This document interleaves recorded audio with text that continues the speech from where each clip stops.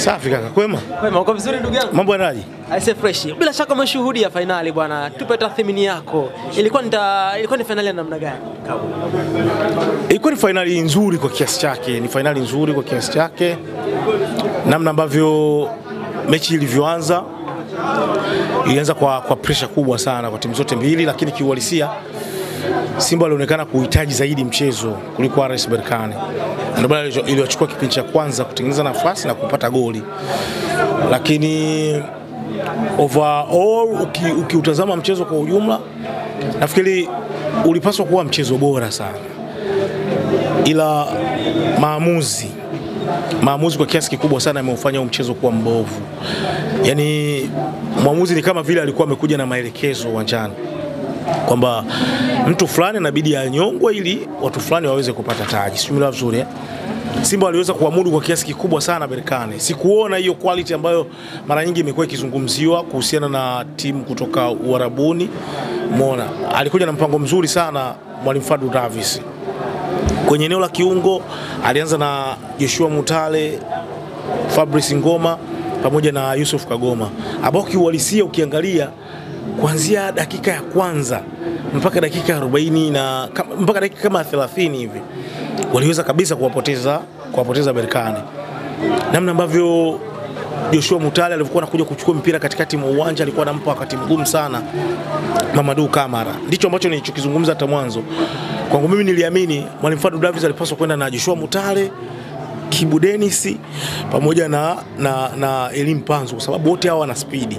Na kweli Joshua Mutale first half amewasumbua sana Berkane kutokana na ubora aliokuwa nao. Anakuja kuchukua mpira katikati, anajaribu kutembea pembeni mwa uwanja. Alikuwa ni mtu ambaye hawezi kutabirika. Mara nyingi alikuwa anakimbia nyuma ya migongo ya wale midfielders wa Berkane, hasa midfielders wale wa Kabaji. Speed yake, namna ambavyo alikuwa anapunguza watu wawili watatu, ilikuwa inawapa shida sana. Hata mabeki Yusuf Dayo moja pamoja na Tahim kitu kama hicho, yule beki wao wakati mwingine ilikuwa ni superb performance kabisa. Lakini kitu kingine ambacho nilichokiona ni Simba tu kushindwa kutumia baadhi ya nafasi ambazo walipata first half. Walipata nafasi mbili ambazo kiuhalisia kama wangeweza kuzitumia, nafikiri tungekuwa tunazungumza mambo mengine. Na cha tatu, kadi nyekundu ilikuja kuathiri baadaye, hasa second half, baada ya kutolewa Yusuf Kagoma kwa kadi nyekundu. Kuna namna ambavyo pressure ilipungua, lakini baadhi ya mwamuzi alikuwa anaonekana zaidi anawafavor Berkane kuliko Simba Sports Club. Kwa mimi nikiangalia overall mechi yote, namna ambavyo ilivyokuwa, ilipaswa kuwa mechi bora, mechi nzuri ya finali, lakini kwa kiasi kikubwa sana imeweza kuathiriwa na mwamuzi. Umeona, kuna haja ya kafu kuangalia kiukweli. Of course wenzetu wana fedha kutoka Uarabuni, wana ushawishi. Umeona, kitu ambacho mimi nilikijua, baadhi ya watu walikuwa nakataa kwamba haiwezi kuwa fitna, wakawa na walaumu na kuambia kwamba TFF wajifunze kwa kafu. Mimi kitu ambacho nilikiona kikataa, kwa sababu naamini hata hao kafu wenyewe ni watu ambao wanazi-entertain hizo fitna, hasa kutoka Uarabuni. Sijui mela vizuri. Lakini kama haitoshi, Simba alianza kufungwa psychologically nje ya uwanja. Kitendo cha kuhamisha tu mchezo kutoka Benjamin Mkapa, tena baada ya barua hapo tu jioni yake wakahamisha ule mchezo kutoka Benjamin Mkapa kuleta Man Complex. Tayari walikuwa wameshawini Berkane kisaikolojia. Na ndio maana hata ukiona hata baadhi ya interviews walizofanya wachezaji, wanakuambia walifurahia kuja kucheza Amani Complex. Simula vizuri. Ile tayari walikuwa washawini Simba kisaikolojia. Na kuja kumweka mwamuzi yule kutoka Mauritania, Beida, ambaye kiwalisia kama watu wanakumbuka aliwahi kuanyonga pia Young Africans. Kama wanakumbuka mechi ya Mamelodi Sundowns. Umeona, ilikuwa ni karata dume kabisa kwa Berkane kuweza kushinda kirahisi hii finali. Kwa kwangu mimi imekuwa ni finali ambayo zaidi imekuwa ni ya kiupendeleo zaidi. Yaani Simba hawajafungwa kwa sababu ya quality ya Berkane. Mimi sijaona kama quality ya Berkane imeweza kuamua mchezo. Ila Simba wamefungwa kwa sababu ya maelekezo kutoka sehemu fulani. Binafsi nikiangalia kiufundi, kila kitu Simba walikuwa perfect leo. Na nakuhakikishia kama mechi ingekuwa fair, nadhani mechi Simba Sports Club walikuwa na nafasi ya kuweza kulibakisha kombe hapa, na mechi Simba alikuwa na nafasi ya kushinda, lakini kutokana na kutokuwa fair wakaja wakashinda Berkane. Wamepata matokeo ya sare na wamefaidika na ushindi ule wa kwanza. Mwisho wa siku wamechukua ubingwa. Ni ubingwa ambao kwangu mimi nafikiri haukuwa fair.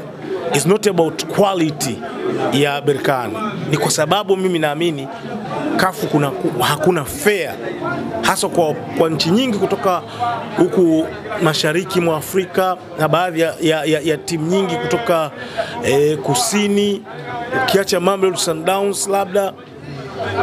Baadhi ya timu nyingi sana zinaumia sana na maamuzi ya kafu na vitu vingi sana. Of course kuna baadhi ya vitu wanafanya sahihi, lakini kuna baadhi ya vitu vingi wanafanya sio sahihi. Mwisho wa siku kwa staili hii, mimi sikufichi, kwa staili hii mpira utaendelea kutawaliwa zaidi na Waarabu. Leo tunaweza tukawa tunachekana sisi, huyu kakosa kombe ukafanya nini, lakini kiuhalisia kama watu hawatoshikamana kupigia kelele kuhusiana na mpira huu wa Afrika day after day, watu wataendelea kuchekana wao kwa wao, wenzetu wanaendelea kunufaika. Baada ya mechi unaona kilichoonekana pale, wale Berkane wamebeba bendera ya Morocco.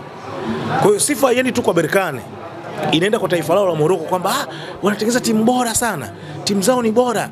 Umenielewa vizuri? Lakini ukiacha hivyo, sifa zinaenda zaidi kwa wachezaji wao na namna ambavyo wamekuwa wakitengeneza wachezaji wao. Mwisho wa siku tutaendelea kuchekana na tutaendelea kuzodoana kwa ujinga wetu wenyewe, lakini mwisho wa siku hichi kinachofanyika CAF is not acceptable. Yani hakikubaliki kabisa kwenye mpira wa miguu. Kabwe, kwa namna ambavyo umeiona Simba Sports Club kwenye finali, vipi ingekuwa kwa Mkapa? Mnyama angetoboa? Mimi naamini 100% hii finali ingepigwa kwa Mkapa, na kama game ingekuwa fair kabisa ngwale. Trust me my brother. Berkane watu wako na sifa na quality. Berkane ni wale kama Waarabu wengine. Yani mbwa mkali kwao. Yani Berkane ni mbwa mkali kwao, ila anapotoka kwenda ugenini anakuwa kawaida. Yani ndicho ambacho nilichokiona mimi kwangu mimi. Alikuwa kawaida mno kiasi ambacho kama Simba kama wangecheza kwa Mkapa na muamuzi angekuwa fair, Simba Sports Club walikuwa wanachukua ubingwa mapema sana. Lakini kutokuwa fair kwa muamuzi na hizi figisu zilianza mapema ili kuukosa ubingwa kwa Simba Sports Club, mimi naamini ndio zimechangia Simba kuukosa ubingwa. Nje ya hapo siamini kwenye quality ya Berkane kwamba ndio wameweza kuchukua ubingwa. Siamini. Hii ingekuwa vipi? Never. Berkane wamechukua ubingwa, of course, na wataendelea kuchukua Waarabu kwa staili, watachukua. Sisi tutaendelea kuchekana, tutachekana kiuhalisia. Wataendelea na kusini mwa Afrika, kama Mamelodi Sundowns anaendelea kutengeneza nguvu, na yeye ile power anaendelea kuitengeneza, ni ataingia, atachukua.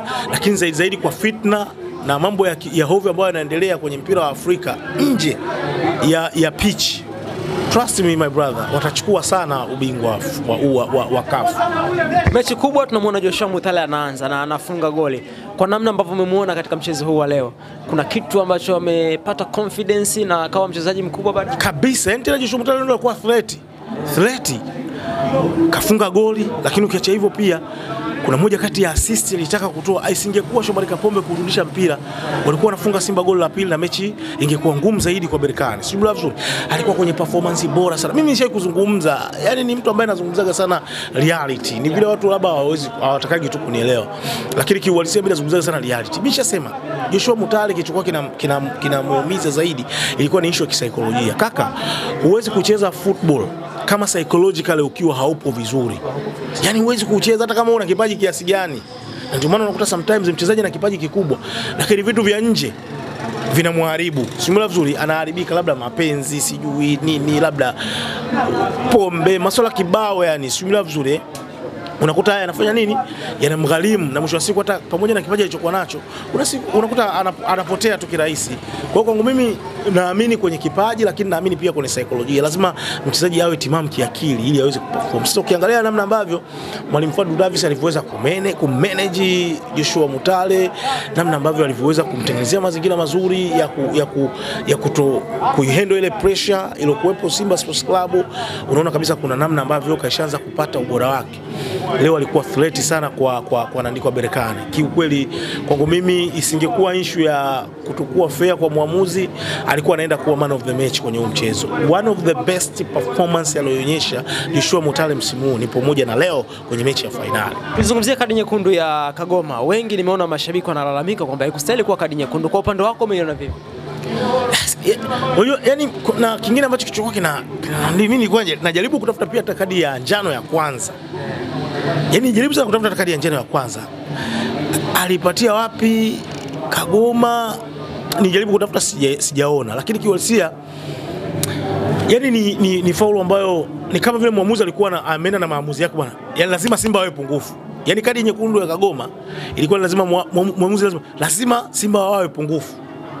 Simula vizuri akaamua kumlima kadi nyekundu. Yani ilikuwa lazima tu ile nyekundu itoke. Alikuwa anatafuta kisababu, kama sio penalti alikuwa anatafutia Simba nyekundu. Simula vizuri tangu mwanzo Simba inaweza kachezwa faulu ya anapeta kirahisi na kadhalika. Kwa hiyo yani kwa kifupi ile muamuzi hakuwa fair. Kwangu mimi nyekundu aliyotoa ilikuwa ni ya kutafuta zaidi. Yani alikuwa anatafuta yani vyovyote ambavyo ilivyo. Yani lazima alikuwa atoe nyekundu ama aumize Simba kwa vyovyote vile. Kwangu mimi muamuzi hakuwa fair tu. Honestly speaking, muamuzi hakuwa fair na kaharibu mchezo wa finali. Kauharibu big time. Yani mchezo wa finali umeharibika kwa sababu ya muamuzi leo ile kutoka Mauritania. Kachezesha vibaya sana. Kaua sana Simba Sports Club. Na kwa staili ile mimi siamini kama CAF wanapaswa kuwa mfano wa kuigwa. Yes. Na kama CAF wanapaswa kuwa mfano wa kuigwa, yani TFF waige CAF, basi watu hawapaswi kulalamika. TFF na wenyewe wataendelea kudhulumu na kuendelea kuwadhulumu watu mpaka basi. Kama kweli watu wanataka TFF CAF ndio wawe mfano wa kuigwa, CAF, si ndio? Basi hata TFF na wenyewe wataendelea kudhulumu watu na mwisho wa siku watu hawapaswi kulalamika. Kama kweli watu wanataka CAF wawe mfano wa kuigwa. Lakini kwa jinsi ambavyo mimi nafahamu shirikisho la mpira wa miguu CAF, kiuhalisia kuna mambo mengi yanatendeka ambayo influence yake inatoka nyuma kwa upande wa nchi za Kiarabu. Haswa Misri pamoja na Morocco. Sitaki kuamini kama Simba leo hii wamefungwa tu kwa sababu ya uwezo, bali ni influence ambayo inatoka nyuma zaidi, hasa kwa upande wa nchi za Kiarabu, hasa kwa upande wa Morocco ambapo ipo Fawz Lektia. Mpaka kesho kutwa mimi siamini. Yani mtu atazungumza vyote atafanya nini? Still mimi naamini Simba hawajafungwa kwa uwezo. Kabwe, nataka tumzungumzie kocha Fadu. Maliza na hili hapa. Amefikisha timu finali lakini ameshika nafasi ya pili hapa. Una nini cha kuzungumza kuhusiana na kocha? Congratulations Fadu Davis. Amefanya kazi yake ipasavyo kabisa, na mimi Simba kiukweli sina cha kuwadai. Simba sina cha kuwadai kabisa. Best performance msimu huu, lakini ukiacha hivyo pia wame overachieve. Yani wamevuka hata yale malengo ambayo wamefanya nini. Kwa hiyo kama wangechukua ubingwa bado ingekuwa ni bonus kwa upande wao. Ingekuwa nini? Ni bonus kwa sababu watu hawakutegemea. Mimi mwenyewe sikutegemea kama Simba wanaweza kufika hapo walipofika leo. Trust me. Yeah, kabisa. Na sio tu kwamba walisema. Yani ilikuwa hivyo kwamba Simba walikuwa wanatengeneza timu. Kuinject wachezaji 14 kupata hicho walichokipata, ubora mkubwa sana mpaka wanafika finali. Respect kwa Fadu Davis na benchi lake la ufundi, wamefanya kazi kubwa sana.